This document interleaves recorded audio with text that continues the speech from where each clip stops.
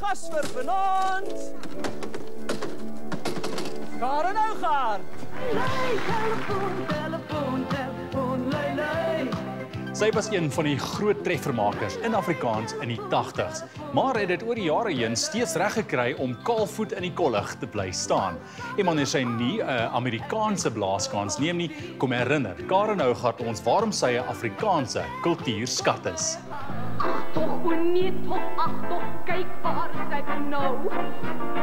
Ag tog, o nee tog, ag te donker en so stil. Karen, baie lekker om vir jou te sien, amptelik te ontmoet en net so voordat jy op die verhoog gaan klim, so ek weet daar's nog baie wat moet gebeur. Ja, Hoe gaan dit? Man, ek sou vir jou sê, op die stadium ruk die vlinders nou lelik hand uit hier in my pens, hoor. As ek nie sin praat nie, moet jy weet is omdat my kop op 7 plekke is. Maar Ek het nie gedink die vlinders ruk nog in iemand soos jy se hulle is maag nie. oud, maar hulle is nog nie koud. Ja, oud maar nog nie koud nie. Hoekom jy's nou? Voel jy die tyd is reg om in Suid-Afrika te kom optree, want jy is baie selde hier. Ja, COVID dink ek het ons almal maar so 'n bietjie in die tande geskop. Ek was goed op dreef om, ek wil amper sê, 'n meer op te tree en nou ja, soos ek ouer word, is elke konsert vir my soos 'n juweeltjie. As ek 'n aanbod kry om 'n vertoning te doen, dan dink ek lank daaroor na, want dit is vir my traumaties. Maar om in Suid-Afrika te sing is besonder spesiaal, want omdat Afrikaans my hartstaal is. Wanneer ek in Europa werk, werk ek meer in 'n, ek wil amper sê 'n tweerlyk, meer Afrikaans, Nederlands, maar hier kan ek regtig met mense direk skakel in my eie taal en die grappies wat ek maak, land. Die mense verstaan dit. Ek hoef myself nie uit te lê. Bly, is my begin en einde bly. Jy voel my liefde bly. Jong, ek staan nou so na aftree se kant toe, jy weet, en ek hoop om 2026 sak en pak terug te wees by die huis. Waar gaan jy kom bly as jy nou terugkom? Ek het 'n plekkie gekoop in 'n klein vissersdorpie net so aan die kant Gansbaai. Dis stil, daar's niks. Dis Daar's pragtig. regtig niks Dis nie, baie maar mooi. ek kan nie vir jou sê nie, ek het nou baie lui geword want ek sit daar en ek hou nie op om vir die see te kyk nie. Ek het eintlik nie lus om enigiets te doen nie. As dit nie was dat hierdie konsert bespreek was nie, was ek nou op my stoep. Hi Marieke, je t'aime tant. Jou konsert, Kaalvoet, waarna kan mense uitsien? Waaroor gaan dit? Dis jou eie liedjies wat jy sing? Is daar nuwe liedjies wat jy vir ons gaan sing? Daar is iets van alles. Daar is goed wat uit my heel eerste van my heel eerste album afkom. Daar is goed wat kom van my nuutste album af. Daar is dan ook 'n paar covers, soos hulle dit sê, maar in 'n totale ander baadjie. En dan is daar baie bindingstekste. Ek skryf baie en ek het 'n paar jaar gelede 'n boek uitgebring met die naam van Woorde sonder wysies, wat gegaan het oor die tekste wat ek skryf. Maar nou, jy weet, die goeters wat jy hier op die verhoog sien, is onder meer daarvan, maar ook 'n klomp nuwe tekste, want op die einde van die dag, dis tog 'n wonderlike platform om vir mense te vertel hoe jy voel en waarmee jy besig is. En ja, dis maar eintlik in kort waaroor Kaalvoet gaan. Here, this frightened heart flutters between engaging fingers.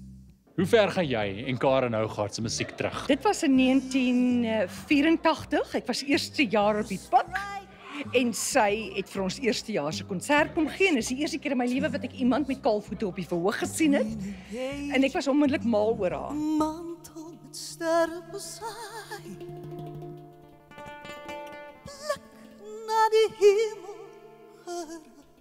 Jy kan sien sy luister vir elke instrument, die stiltes wat sy gebruik en ook net hoe sy soos in die musiek ingaan en basies dit soos op 'n manier doen wat ek nog nie gesien het 'n ander kunstenaar sommer kan doen nie. Ek kan nie beskryf hoe sy woorde lewe gee nie. Mens kan nie dit eintlik beskryf nie, dis 'n ervaring, jy moet hier wees om dit te beleef. Jou hart klop saam met haar daar binne en sy neem jou op reis. Sy vernuwe haarself die hele tyd. Jy het jou hand by oorspeel, weet hoe ek sukkel om te heel. En as jy na hierdie vertoning kyk wat kleinkuns is, wat die perfekte voorbeeld van kleinkuns is, kan 'n mens nie anders is om 'n aanhanger van haar te wees nie. Ons as Suid-Afrikaners, ons gooi nogal baie maklik die woord legende rond, maar sy is werklik waar 'n legende. Haar nuwe konsert met die heel gepaste titel Kaalvoet is losweg gebaseer op haar Europese toerproduksie waarvan Karen se jarelange vriend Herman van Veen die regisseur is. 'n Emosionele reis deur liefde, leegheid en oud word. Karen, kom ons gesels 'n bietjie oor daai baie goeie vriend van jou, Herman. Julle is nou al baie lank vriende, as ek dit reg het, oor die 3 dekades lank is julle al mekaar se geselskap. Wat is dit van Herman, sy aanslag tot musiek en woorde wat vir jou inspireer? Ek het kennis gemaak met Herman in die laat 90's. Hy is die persoon wat ek dink my die meeste geïnspireer het om teater te maak, in plaas van om net 'n konsert te hou. En ek het hom gesien by die Staatsteater. Ek het in die saal gesit en ek kon nie glo wat ek sien nie. Iemand wat daarin slaag om magic te maak. Hy's nou 80 en elke liewe keer as ek hom op die verhoog sien, dan besef ek dat 'n ware kunstenaar werk die heeltyd, skaaf die heeltyd aan hulle vak. Die lug is grys. Wees tog nie so eiewy. Die lied is by my en ek het dit geskryf, die musiek. Sy dogter het die lirieke geskryf. Ek het dit opgeneem op my album. Sy het dit opgeneem op haar album. Herman het dit opgeneem op een van sy albums. Dan is daar nog 1 of 2 ander Hollanders wat dit ook al opgeneem het op hulle albums. En nou gaan ek en Herman dit as 'n duet doen. Ek dink nie dit is al ooit as 'n duet gedoen nie. Ek weet nog nie of ek dit in Afrikaans gaan sing of ek dit in Nederlands gaan sing nie, maar ek is baie opgewonde.